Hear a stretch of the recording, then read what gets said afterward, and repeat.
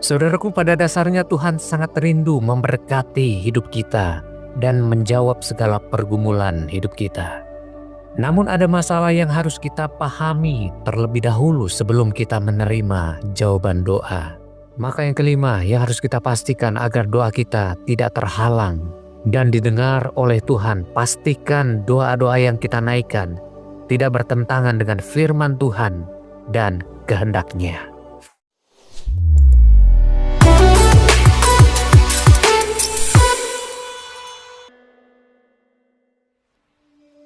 Shalom Bapak Ibu Saudara yang dikasihi Tuhan Yesus Kristus. Puji Tuhan, kita berjumpa kembali dalam renungan firman Tuhan pagi ini.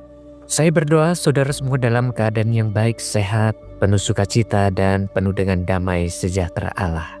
Hari ini mari kita merenungkan firman Tuhan yang terambil di dalam kitab Mazmur 27 ayat yang ke-14. Demikian bunyi firman Tuhan.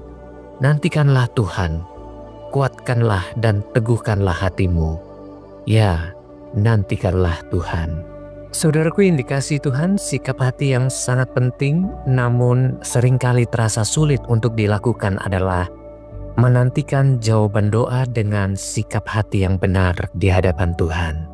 Saudaraku, bayangkan seorang pemahat sedang mengerjakan sebongkah batu besar. Di mata orang awam, yang terlihat hanyalah pukulan demi pukulan palu yang keras terhadap batu tersebut.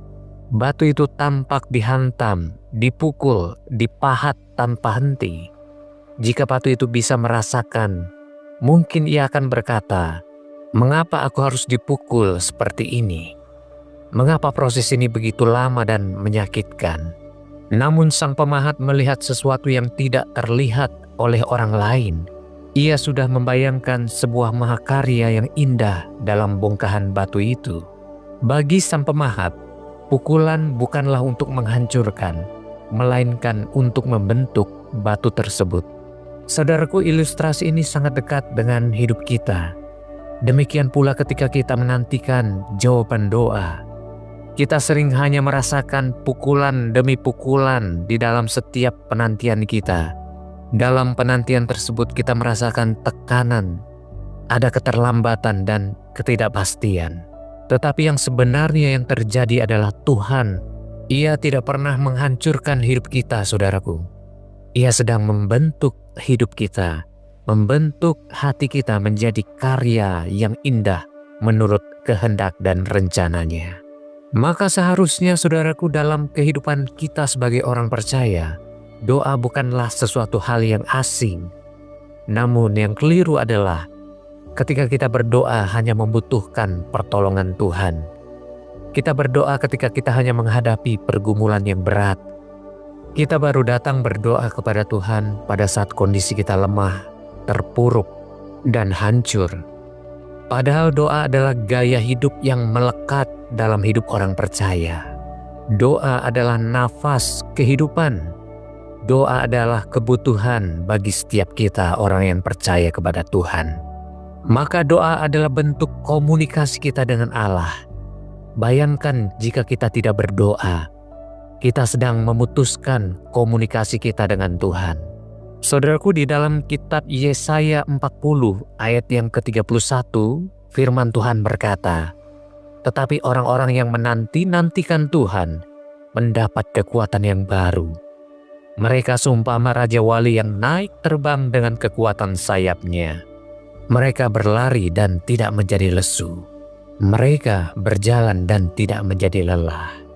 Saudaraku, sikap hati yang benar dalam menantikan jawaban doa adalah kita harus menantikan hadirat Tuhan lebih dari jawaban doa.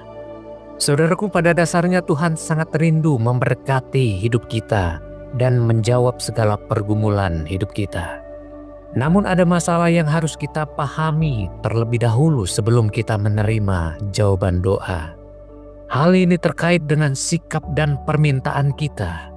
Jika yang kita naikkan di dalam doa adalah permintaan yang salah, permintaan yang sebenarnya menjauhkan kita dari Tuhan, permintaan yang bertentangan dengan kehendak Tuhan dan rencananya, maka hal yang pertama yang harus kita perhatikan pada saat kita menaikkan doa-doa kita kepada Tuhan adalah pastikan hati kita bersih dari keinginan dosa. Saudaraku, dosa yang dipelihara menjadi penghalang hubungan kita dengan Tuhan. Firman Tuhan menegaskan bahwa tangan Tuhan tidak kurang panjang untuk menyelamatkan kita dan menolong kita. Tetapi yang menjadi penghalang antara kita dengan Tuhan adalah dosa-dosa kita. Maka kenapa hati kita harus lepas dari akar kepahitan? Karena pada saat kita berdoa, hati kita harus beres dan bersih di hadapan Tuhan. Hal yang kedua yang harus kita perhatikan adalah motivasi pada saat kita menaikkan doa kita. Dalam surat Yakobus 4 ayat yang ketiga mengingatkan bahwa doa dengan motivasi yang salah tidak akan berkenan di hadapan Tuhan. Firman Tuhan berkata, "Atau kamu berdoa juga, tetapi kamu tidak menerima apa-apa, karena kamu salah berdoa. Sebab yang kamu minta itu hendak kamu habiskan untuk memuaskan hawa nafsumu." Maka doa yang berpusat kepada diri sendiri untuk ambisi dan kepuasan daging kita dan tanpa mendahulukan kehendak Tuhan tidak akan berkenan di hadapan Tuhan, saudaraku. Ingatlah saudaraku, Tuhan menentang hati yang tidak mau tunduk kepada Tuhan. Maka hal yang ketiga yang harus kita pastikan adalah kondisi iman kita yang tidak bercampur dengan keraguan. Dalam Yakobus 1 ayat yang ke-6 sampai yang ke-7 firman Tuhan berkata, "Hendaklah ia memintanya dalam iman dan sama sekali jangan bimbang. Sebab orang yang bimbang sama seperti gelombang laut yang diombang-ambingkan kian kemari oleh angin. Orang yang demikian janganlah mengira ia menerima sesuatu dari Tuhan." Saudaraku, ini berarti doa yang diucapkan namun dengan hati yang tidak percaya. Mulutnya berdoa tetapi pikirannya ragu terhadap kuasa Tuhan. Maka hal ini akan melemahkan doa itu sendiri. Saudaraku, Tuhan menghendaki hati kita percaya penuh kepadanya meskipun kita belum melihat pertolongannya.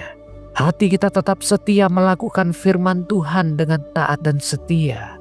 Kita tidak mencari jalan pintas untuk menyelesaikan masalah kita. Sebab yang kita pilih hanyalah jalan yang hidup bersandar kepada Tuhan. Inilah iman yang Tuhan mau. Iman yang teguh tanpa keraguan.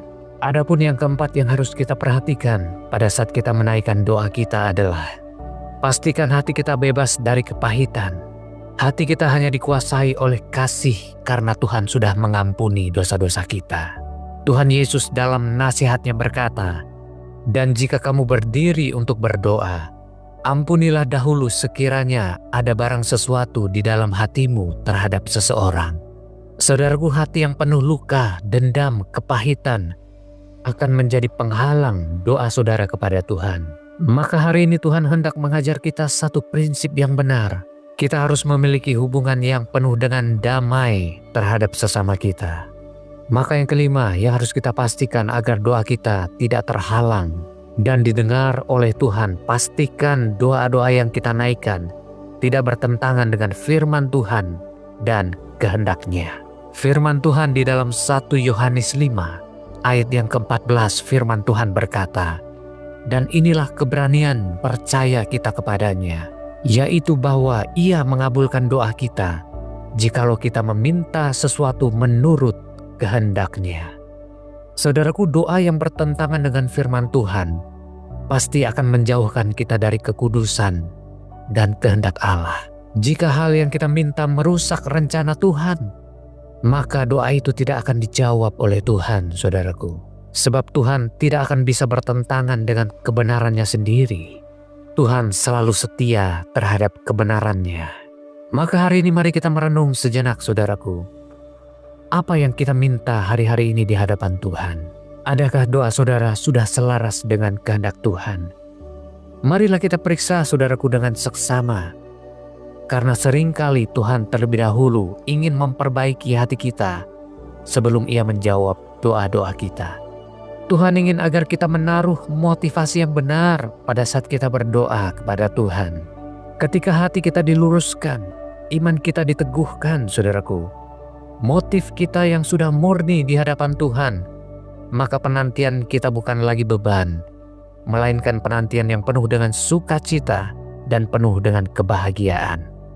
Dari sanalah kita belajar bahwa menantikan jawaban doa bukan tentang seberapa cepat Tuhan menjawab, tetapi seberapa dalam kita diubahkan oleh Tuhan dan menyelaraskan kehendak kita dengan kehendak Tuhan. Jika kita melihat tokoh-tokoh Alkitab, saudaraku, Abraham menantikan bertahun-tahun untuk memiliki seorang anak. Daud menantikan lama sebelum menjadi raja. Hana menanti dengan air mata sebelum Tuhan memberinya seorang anak yang bernama Samuel. Orang-orang yang menanti-nantikan Tuhan tidak akan pernah sia-sia, saudaraku. Jadi, sikap seperti apa dan bagaimana kita menantikan jawaban doa dari Tuhan? Yang pertama, tetap percaya dengan iman yang teguh kepada Tuhan walaupun belum melihat hasilnya. Tetap penuh dengan ucapan syukur walaupun keadaan belum berubah. Selanjutnya, tetap setia dan taat melakukan firman Tuhan. Sebab fokus hidup kita adalah melakukan kehendak Tuhan walaupun doa-doa kita belum dijawab oleh Tuhan. Selanjutnya, tetaplah berdoa dengan setia. Jaga terus persekutuan kita dengan Tuhan. Jaga komunikasi kita dengan Tuhan agar tidak terputus. Yang terakhir, tetaplah bersandar penuh kepada Tuhan dan mengandalkan kekuatannya. Mungkin hari ini saudara merasa seperti batu yang sedang dipahat. Hidup yang saudara jalani terasa berat dan melelahkan. Tetapi percayalah, saudaraku, Tuhan sedang membentuk sesuatu yang indah di dalam hidup saudara. Firman Tuhan berkata, "Nantikanlah Tuhan, kuatkanlah dan teguhkanlah hatimu." Karena pada akhirnya, yang Tuhan rindukan bukan hanya memberi kita jawaban doa, tetapi menjadikan hidup kita menjadi cerminan kemuliaan Tuhan Yesus Kristus, menampilkannya kepada dunia, agar seluruh manusia di dunia bertobat dan mencari Tuhan yang benar, yang terdapat hanya di dalam Tuhan kita Yesus Kristus. Mari kita berdoa kepada Tuhan. Tuhan Yesus yang kami kasihi, terima kasih untuk kebenaran firman-Mu. Engkau telah mengetahui setiap doa dan kerinduan hati kami, ya Tuhan. Kadang kami lelah, hampir menyerah, tetapi hari ini kami datang kembali kepadamu. Ajar kami menantikan dengan iman, dengan sabar, dengan penuh pengharapan kepadamu, dan menjaga hati kami untuk tetap lurus di hadapan-Mu, dan tetap berjalan sesuai dengan kehendak-Mu, ya Tuhan. Dan hari ini, kami berkomitmen penuh kepada Tuhan. Walaupun Tuhan belum menjawab doa-doa kami tetap percaya dan menyembah Engkau. Kami tetap memuliakan Engkau, ya Tuhan.